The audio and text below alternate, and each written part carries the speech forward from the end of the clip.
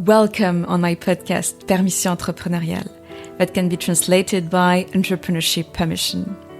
Here we talk about new ways of living, being bold, think, and act out of the box. I want this podcast to be empowering and inspiring. I wish you a good listening. Hello, everyone. I'm so glad to have this new series in English, which is called I Choose My Life Now. I'm so happy to welcome Maria from Denmark here. Hello.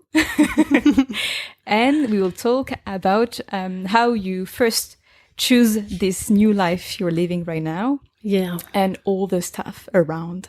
So please present yourself first. Yes. So, my name is Maria. I am 39 years old and I live here in Costa Rica. I'm actually your neighbor. Yes. Yeah. So we're living here in this condominium where we're sharing a pool. And I'm here with my husband and my 3 sons. Yeah. They are 2, 7 and 9 years old. And we moved 3 here. boys. 3 boys, yeah. And we moved here from Denmark. It's actually only about 4 months ago. Wow. Yeah. So before quitting Denmark, what was your Danish life?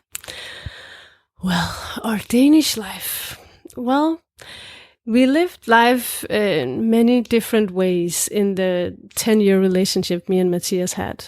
But I guess for the last 3 years, we really experienced what people call, in Denmark, we have a word for it, the hamster wheel. The Americans call it the rat race. Mm-hmm. Yeah. Because we finished university, we bought a big house in the suburbs. We had 3 kids.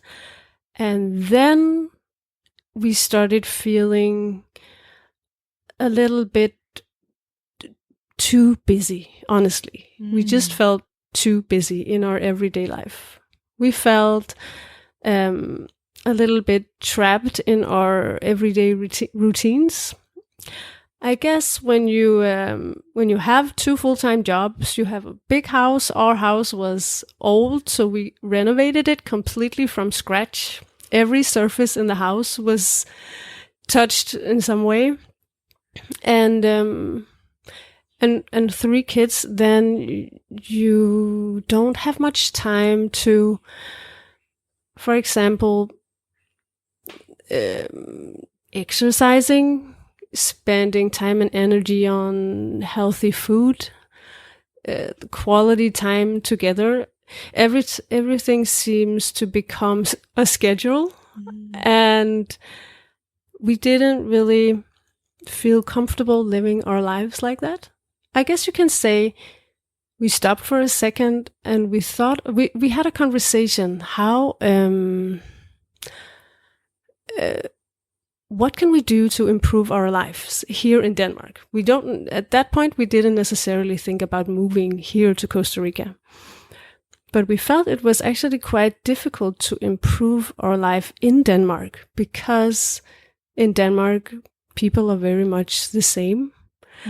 So if you live your life slightly out of the norm, you will, it's like swimming against the stream.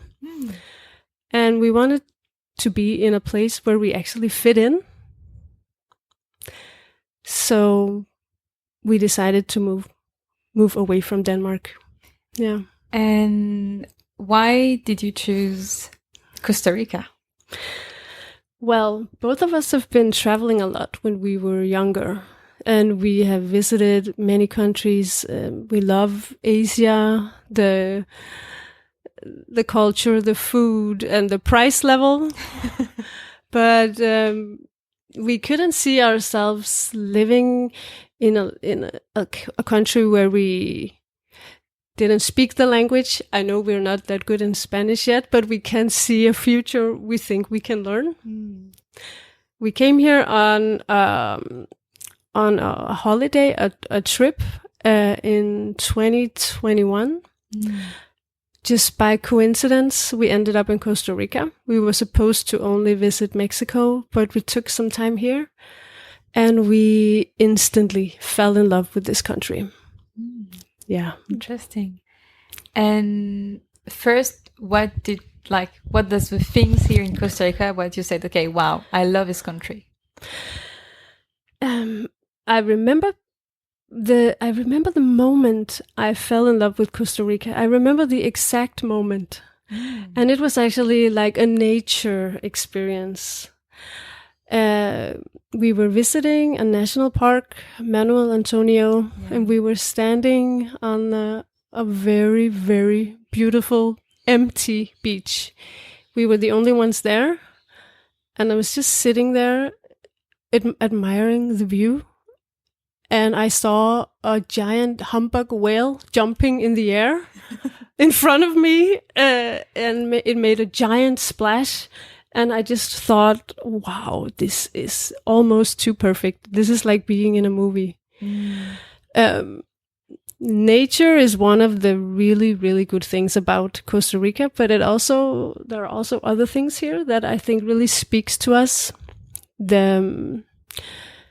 Like the political situation, it is a very safe country to live in and travel in compared to other countries here in Central America. And they say there's not much corruption, so you could buy a house here and actually own it. No one will take it from you. Yeah. And the schools here, they have a really good reputation. They have really good schools, and that is very important to us since we have 3 kids.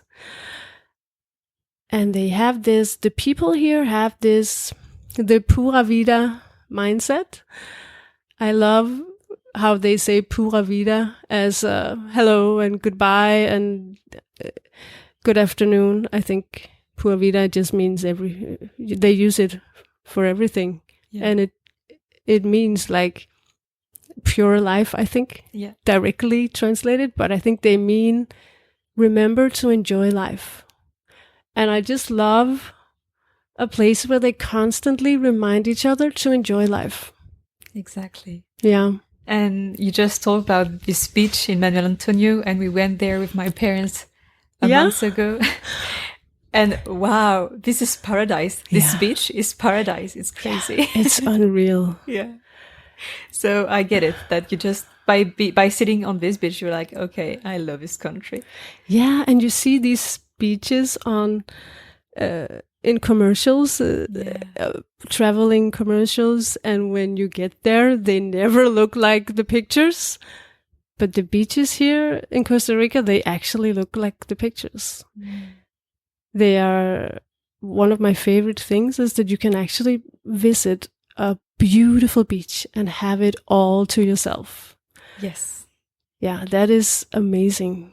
I feel so grateful to enjoy nature sometimes without a crowd around us. Yeah, and even here in our place where we live all together, like we have kind of jungle behind the pool, and sometimes you can see like howling monkeys and hummingbirds and beautiful butterflies, parrots. Yeah, the big red parrots just flying over our heads. They know they're like, okay, the parrots are coming. Yeah. Yeah, you can hear them from a distance. They have like this unique quack, quack. Exactly, yeah. Yeah, and we're living in a town right now. This is not a big town, but it's like a decent town. Yeah. And we still feel like we are really close to nature. Exactly. We're surrounded by nature, and you take a car and in 5 minutes you're on a beautiful beach. Yeah. We have a really good quality of life. This is very unique. So then when you came back home in Denmark after your trip in Costa Rica, is this the moment you decided to maybe consider to move here, or at what point you just decided this new project? Yeah. When we came back from the trip was actually in our maternity leave with our 3rd child. We have like a 10 months maternity leave in Denmark per child, and we always traveled during our maternity leaves because it's paid time off. We came back to reality with back to work. He started daycare, and it was winter in Europe. Wow. So it was really depressing to come back to this. I think having this third child has really, that was really a lot for us. We felt busy before having him, but we really experienced the hamster wheel. We had at least one sick child every week. We had one of us had to stay home from work to take care of a sick child, and typically we would try to catch up on work at night or in the weekends. We would take turns on staying home, but we were always behind. It was so hard to fulfill the expectations of our employers, but also the needs of our children and the needs of ourselves were definitely last. Our relationship, our marriage. Well, we hit a low point actually, and we actually felt miserable for a few months, and we had so many conversations. How do we change our life? How do we improve it? And we started talking about a Canadian family that we met here. They were looking for a house because they were in the process of moving here. And after we had the conversation about them, we returned to the subject again and again. Could we move to Costa Rica? What would it take? So we talked about it for a few months, just randomly. And then one day we sat down and I said, I cannot have random conversations about moving to Costa Rica every day. I need to know, are you serious? And if you're not serious, then we should stop talking about it, because I'm dreaming every day and I will be so disappointed if nothing will ever happen. And we decided that day that we would move to Costa Rica within 6 months. Wow. No matter what it would take. This is bold. Yeah, because we didn't know how we were gonna do it financially. We knew that there are ways to work online. We both worked online, even though we had to meet in the offices where we worked. Our work could be done online. We were both willing to change jobs to do this. Yeah. And it's funny because we came on the exact date that we set. Wow. Yeah. we didn't tell anyone.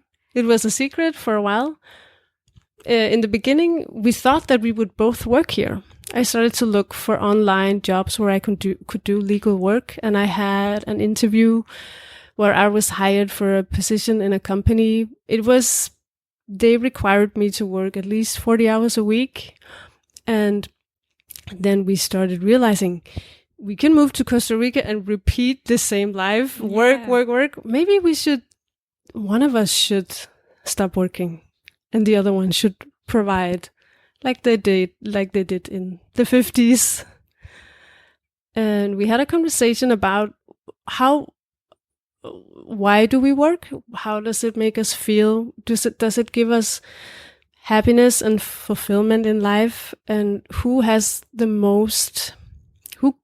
most out of working, Matthias or me? And we realized that he likes his job more than I did. Mm-hmm. I had more urge to be with the kids.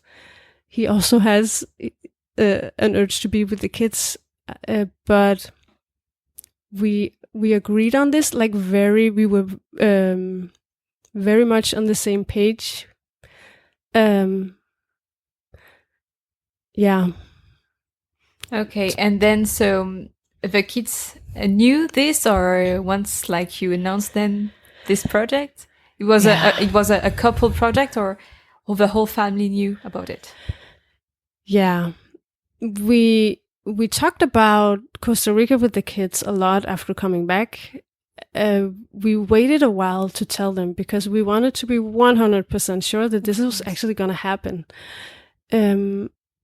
We made the day we told them, we made a mood board a giant piece of cardboard full of pictures from Costa Rica, and we put it on the wall in the living room so we can look at it every day. If we felt, some days we felt, wow, this is scary. I remember the day when I quit my job. I was so scared. I almost regretted everything. Wow. And the day that I called school to announce that we're taking the kids out of school, and I felt there's no return, no going back now. So we had the mood board to remind us of all the good things to come. But we had a lot of, when we announced it, we actually announced it, I think 2 months before we left. Okay. To our friends and families and jobs, my job. Yeah. And so how the kids reacted to this announce? Well, mostly positive, actually, because they had a very positive view on Costa Rica. They had very happy memories of this country from the trip we were on last time. They were sad about leaving their friends. But we tried to focus on what we would gain instead of what we would lose. And we promised them that we will keep in contact. Both of them they love gaming online. So, and they would often play with their friends online in Denmark also. So they would sit in their rooms to play on their iPad, and the friend would sit in his room, in his home. And we said, so we can still do that, and we can still FaceTime, have conversations, and you will make new friends. Of course. Yeah. So they didn't cry, or they didn't feel like this was being put on them. They agreed with us that it was a good idea and that there were sacrifices. They were actually quite mature about this. I don't know how they became like that, but I think all of the conversations that we had, we kept them a part of the process that made a big difference to them. We actually told them that this is a decision that we're taking together, that we should only do this if we all want it, and they were definitely on board. That's nice. And so you were telling us that you were scared the day you just quit your job, because often like people put like security with their job, you know. Yeah. And you were scared because of losing this kind of security, or why? Yes, you were scared? It was a security thing and also a very big identity thing for me. I think I just feel like I spent a lot of time and effort to go through law school. It was such a a big task in my life to finish law school, and I was worried that would this be the end of me practicing law? Because, if you go down a path, you can sometimes... I was just scared to cut the bond between me and I don't know, the normal world. I see. Yeah. I don't think it was as much a security question at this point. It was more an identity question, actually. That's interesting. Yeah. And so, often like we can hear some people saying like, I would love to live a life you have, but I can't because I have kids. Yeah. And what can you say to them? Well, you can definitely do this with kids.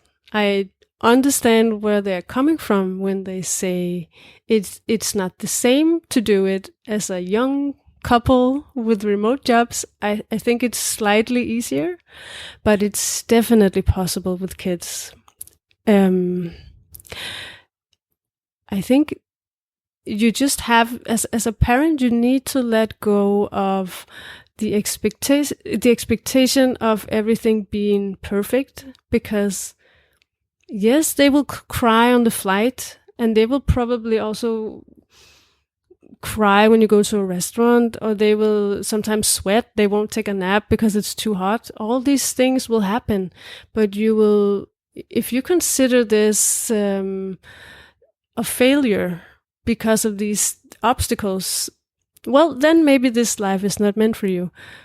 But I don't know. If I just think if you focus on what you gain instead of all the troubles you have, then you can definitely do it. We meet people who do this with 4 and even 5 kids. Yeah. Yeah.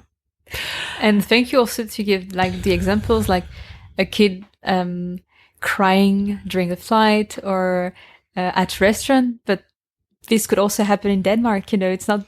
Yeah. This is not the perfect life. Doesn't exist. Even as a young couple working remotely, we also have fights. We also have discussions. Yeah. Sometimes it's not perfect because that's life, you know. But of course, sometimes, like, if you just put a perfect picture with a perfect beach and you want just to be in this rigid way of living, it will not happen like this. But even in your own country, it doesn't happen. It's not perfect either. Yeah. Nothing is perfect. No. Or it's perfect because it's imperfect. It's yeah, and also as it's hard living a life with a family life with full-time jobs and a house. It's hard being in Costa Rica, being together 24/7. So you choose your heart because all of it is hard, but still possible. Like you said, I have a lot of people asking about the dangerous animals here in Costa Rica. Like, do you ever see spiders and snakes, crocodiles? And we do. And we see them regularly, actually. And we have seen scorpions. We've had them in the house. And people say, like, okay, then it's a no-go for me. Then we thought we could do this, but if there are big spiders, it's a no-go. But it's such a small part of our lives. Worrying about spiders is a very, very small part of our lives. Yes. But it's true that when we moved here in Costa Rica in August, it was our first tropical country. Okay. So I didn't know what was life with a wet, warm climate. Yeah. And I was surprised that it's not that wet first. Yeah. And you don't think it's wet? Not that wet, no. My skin is dry, you know. Oh. I thought I would be like sweating and yeah, but in fact it's not the way I thought it would be, so it's way better than I thought. Yeah. And then it's true that we were also worried by the mosquitoes and the spiders and snakes, blah blah blah.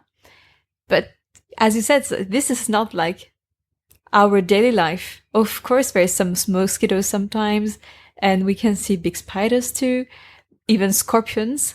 But it's not that dangerous we thought. We just take it and put it outside, you know. Yeah. It's not that big. Yeah, you get scared, your heart beats fast, and then it goes away. But yes, then you're surrounded also by nature. There's a real abundance of animals, trees, plants, beautiful flowers. The food here is also very fresh. You can have so many fruits and vegetables during all year, and which you cannot have in Europe. You cannot have like zucchinis from France. I'm French, from France, like all the months of the year. This is not possible. It's just during summer. Yeah. So here it's like, I feel about Costa Rica as nature and the abundance all around it. Yeah. And the warm water from the ocean. And even when it's raining, it's not cold. It's always the same temperature. Yeah. And you're even from France. Yeah. I mean, you're used to a hot, warmer climate.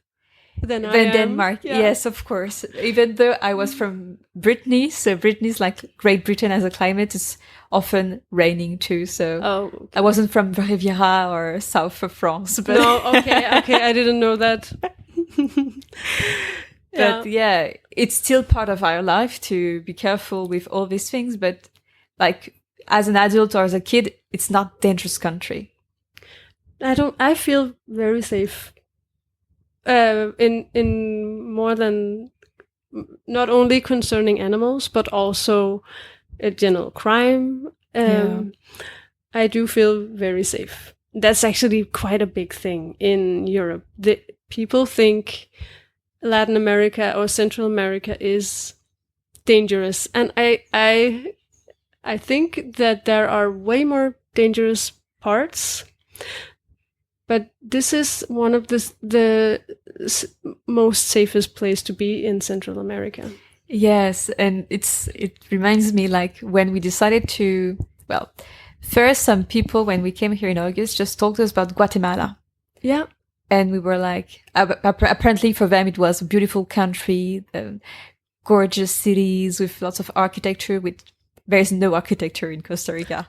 No, everything is quite new. I don't know. There's not really history behind it. Like there's no. Not in the monuments. And so we're like, okay. But as a European, I thought Guatemala was super dangerous, Okay. And so even Julia was saying the same things. And we're like, okay. It's strange, like people can adore Guatemala because I was just with the perspective that it was a dangerous country. Yeah. Was that the first place you arrived when you came? No, we arrived here in Costa Rica first. But then another person told about Guatemala and the city of Antigua, which is a UNESCO city. Okay. It's the first colonial city in Central America, I think. Okay. So it's beautiful. And we were like, okay, well, let's see. But each person talking about Guatemala was just, putting a seed in our head about Guatemala. So, and at some point we saw a documentary about Guatemala and we were like, wow, okay, this is a really beautiful country. So all the people telling us like, it's not dangerous. Of course, like in some areas in the capital city, Guatemala City, you don't go there, but around like, the country, it's not dangerous. No. So we went there in this last December and we discovered it's so beautiful. The cities are beautiful. We went also by the Lake Atitlan for almost 2 weeks, and it's considered as the most beautiful lake in the whole world. And it's true that it's. I don't have the words to describe. I need the to lake. see this place. Yes, you definitely. have to. I think you told Matthias, my husband, about it because he's been talking about it after talking to you. So you probably planted a seed in his head too. Yeah. And we felt like the people super friendly. We felt super safe there. And the people, even if you don't really speak Spanish, they really want to talk to you. And so they're like waiting for you to just pop out a word, in Spanish, just so they can understand. Oh. And then I realized also that from a European country, you often have some ideas about several cultures, continents, countries, but then you really have to live there and to go there to really know if it's like, is it really like the media are telling us it is, or you just have to leave it. It's true. I've experienced exactly the same so many times. I guess we are in general a little bit more scared of this part of the world, us from Europe. But there are so many places. I'd often experience that once you go there, it's totally different. And of course, there are dangerous areas in this part of the world, in Mexico and Colombia, but most parts are not like that. And and the thought we had with Julien is that even in France, there is like many cities right now which at night can be very dangerous. Yeah. And even in France, it can be worse than in many parts in Guatemala, Yeah. So I let me believe just you. stop about thinking it's awful or very dangerous outside your country, because even in your country, it can be There are dangerous. dangers, yeah. And just go there and, of course, be careful, but Yeah. experience it and you'll Yeah. see the truth. That is really something we experience a lot. People ask us a lot, especially because we travel with children, and one of them is really small. So safety is, of course, a very high priority. We would never live here if we felt this was a real risk to our children. We know there are risks, but it also depends on how we act, how we behave, how we behave in nature. Exactly. So just do some research and be reasonable, like be mindful in a jungle and in a city with your things, and then everything will mostly be fine. Yeah, and Yeah. you just talk about how to behave, and I think this is a really key point, because when you're friendly, when you show to the locals Yeah. that you respect them Yeah. and you consider them, then in return they do the same. Yeah, they do. And I saw many people here, like tourists, from North America, let's say, which are like, we are the king of the world. I think I've seen a couple of those. Oh, really? Yeah, in this area That's too. surprising. Yeah. They drive these, what is it, ATV quad bikes? Or these Oh, yeah. things. And so they don't try to say a word in Spanish, even if they're staying here since like 20 years. Yeah. And there is not real respect for the locals or for this country, but they choose to live here because it's pretty good too. Yeah. And they act like they're superior.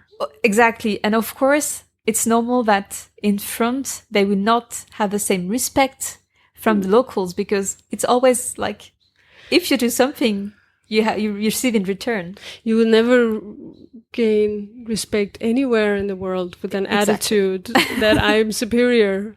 Let me teach you all how to live like a developed lifestyle.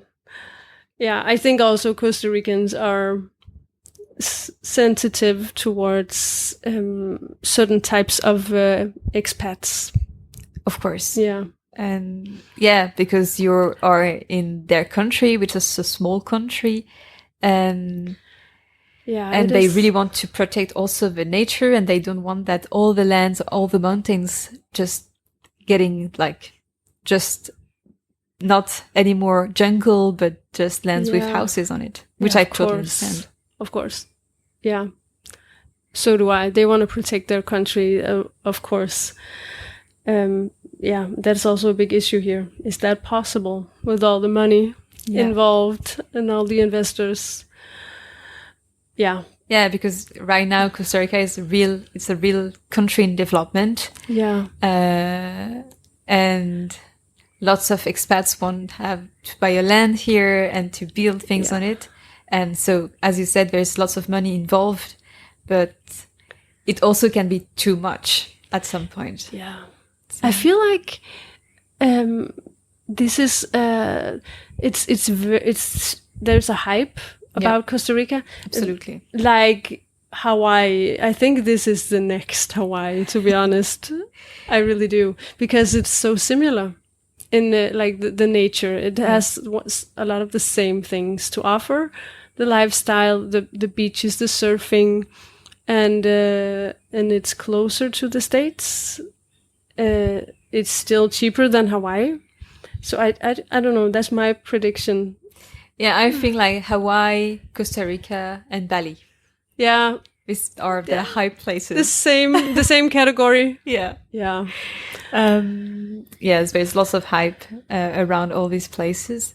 Would you have like 3 tips for family wanting to do the same as you do, but still hesitate? To move to another country. Yeah. Yeah. 3 tips. Well, I would say if you really dream of doing this, then you will find a way. Make the decision.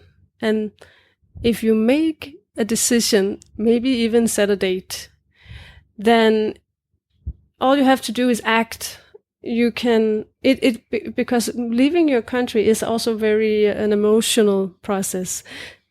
So if you make the decision, then you can try and put your emotions aside and start acting, start planning. Mm-hmm.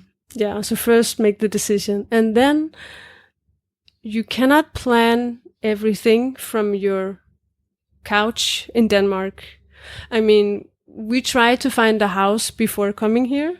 We tried to find a school. We wanted to plan everything.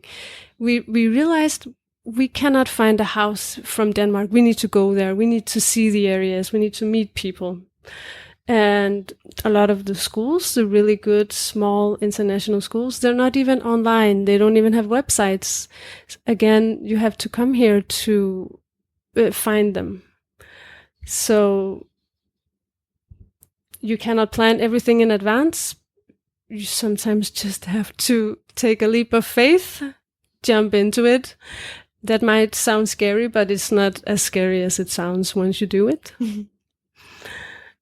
Yeah. And then I would say the third thing is that I don't think your life will ever be bigger than your mindset. So if you in some ways can expand your mindset, then more options and possibilities will open to you if you are open. So you have to try and think positive. You have to convince yourself that this is possible and then start acting on it. Mm. Yeah. Those are very coach type of things to say. but it's true. So. Yeah. Because I know that a lot of people ask us, how did you do it? And they're usually referring to economy. They're usually referring to money. How are you making and having an income over there? I don't think that is the biggest thing. I think the emotional thing is actually the biggest hurdle from doing something like this. Yeah, about money, you can always figure it out. There are so many ways. Yeah, there are. But if you still have the mindset that it's not possible, then it doesn't matter how much money you can earn. It will be very difficult. But I shared you this before starting this podcast. Like, it's also important. Like me and Julien, my partner, so we are both working remotely. We are a young couple, and so we've no kids right now, and we have both our own businesses. Yeah, and for us, so in, let's say, spring 2022, we decided that from the summer, we will go somewhere else than France. We will discover something. We would go in a foreign country. So you also made the decision and set a date. Yeah. Yeah. And then start planning. We knew that in August we were leaving. Yeah. And so we were thinking, this is the funny thing, or Denmark. Okay. Or Costa Rica. Okay. Because I love Denmark. I've been there around 15 times. I started my entrepreneurship thanks to a Danish company. This is also why I went a lot to Denmark. Yeah. And for me, home is in Denmark. I feel at home in Denmark. Yeah. It's very funny. Yeah, it is funny. Costa Rica or Denmark? Because those are complete opposites. Exactly. And I have friends in Copenhagen that are saying I am Dankophile. I think they created the world for me, but I really love cute. Denmark and all around Denmark. So the culture behind, etc. That is so funny. And so we went to Denmark in March and we loved it. But at some point I was like, okay, or we go there and we know how it works. We know some people there, or we want some adventure. So we chose Costa Rica. Yeah. And it's very important to say that we put all our savings in the flight tickets. Yeah. And in 2 months, renting this place where we are right now. Yeah. To begin. And so we arrived in August in Costa Rica with this house, and that's it. Yeah. Then we discovered that the food was expensive, that the renting a car was super expensive, and activities were also expensive. So we were like, okay, we were a bit naive. But as I told you, like, I think, like, I have gratitude for this naive thing, because otherwise I think we would just said, okay, one day we'll go to Costa Rica, but not right now. I think naive people have more fun. So we've been here without savings, and it worked. We are still here. We are in May. We still have money, and you're still alive. And we have like our own businesses. So if we have clients, we have cash going in, but without clients, we don't have. Yeah. So like, because sometimes people will say, yeah, but you have Matthias and he has his own salary. So this security thing is not something that you are scared of. But I can tell that with my own business and Julien with his own business, even if we've been scared sometimes, even we were like, okay, we have to figure out how we can pay this month for renting a place or maybe buying some more food. But it must be motivating for you also to be here and to maybe realize this place is so amazing that I'm going to try everything I can to stay here. Exactly. And instead of sitting in France, planning and trying to figure it all out before coming here, because it's not always possible to have a solution to everything before coming. Exactly. So we did it, and we are so proud of ourselves. And so this is also possible, you know, when we just started this conversation about like, often people, they say, okay, I can't do this because I don't have the finance right now. Just go. And I have so much faith in life that when you also are starting being bold and open doors, life responds to you. It does. And in big ways that you could not imagine. Yeah. So true. And I think you are really inspiring, you and Julian, especially because of your finances. I don't usually find rich people particularly inspiring for having awesome lives because it's so easy and there is no risk. If you are really rich, there is always a safety bank account who can solve all your problems. But coming with only your suitcase and hoping for the best is so inspiring. Yeah, and we were just like asking ourselves, like, this question is so important. What is the worst that can happen? Yeah, and when you start just thinking about it, you just realize that even the worst is not awful. For us, the worst was to have no more money and just ask our families to send us like each 1,000 euros to pay a new flight ticket to just come back home. Yeah. And just to stay a few months at our parents' place. That's all. It's not awful. No, and you're not starting over. Then you're starting from experience. Exactly. Yeah, we thought also a lot about this. What is the worst that can happen?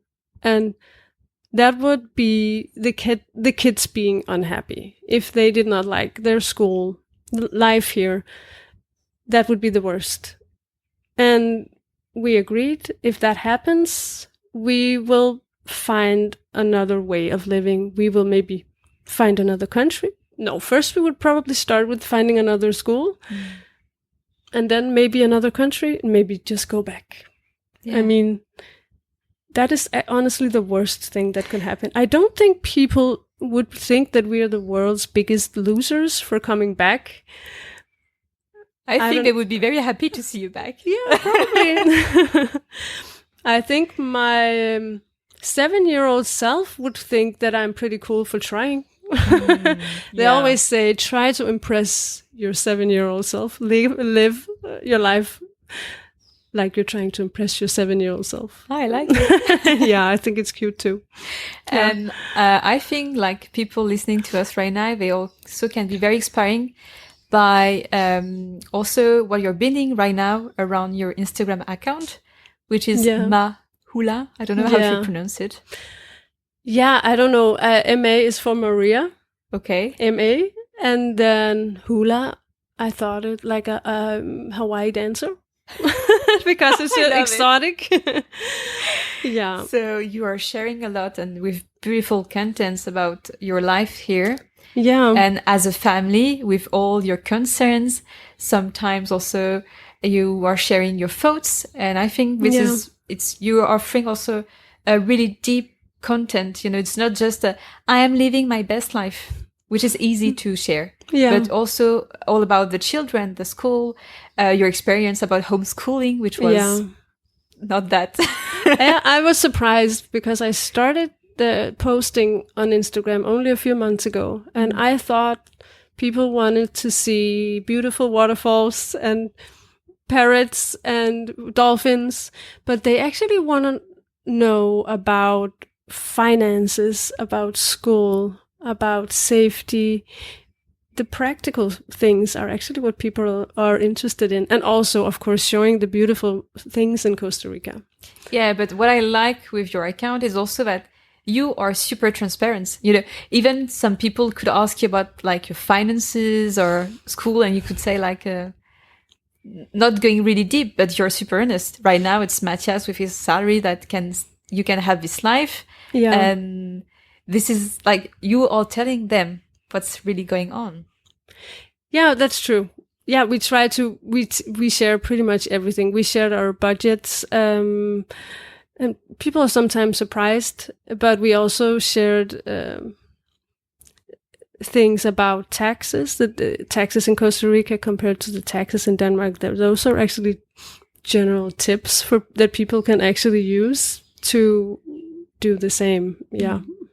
Yeah, so I think it's super inspiring. So go on this Instagram account. I will put it in the description so you can find it and follow this wonderful family. Jungle goddess. Jungle Danish, like blonde hair family. Yeah. There are a lot of blonde hair on the account. Yeah, we have blonde kids also. And tanned skin. True. Yeah. Well, thank you so much for this discussion, Maria. It was so nice. Yeah, I think so too. Thank you for inviting me. Yeah, you're my first English invitation for this podcast. So that's something. You did very good. You did. Thank you so much. Thank you for listening this episode. If you liked it and feel inspired, I invite you to share it with your family and friends. To support this podcast, you can give it 5 stars, comment, and add it in your favorites. There are more episodes in English to come on the 3rd Friday of each month. And follow me on Instagram. Bye!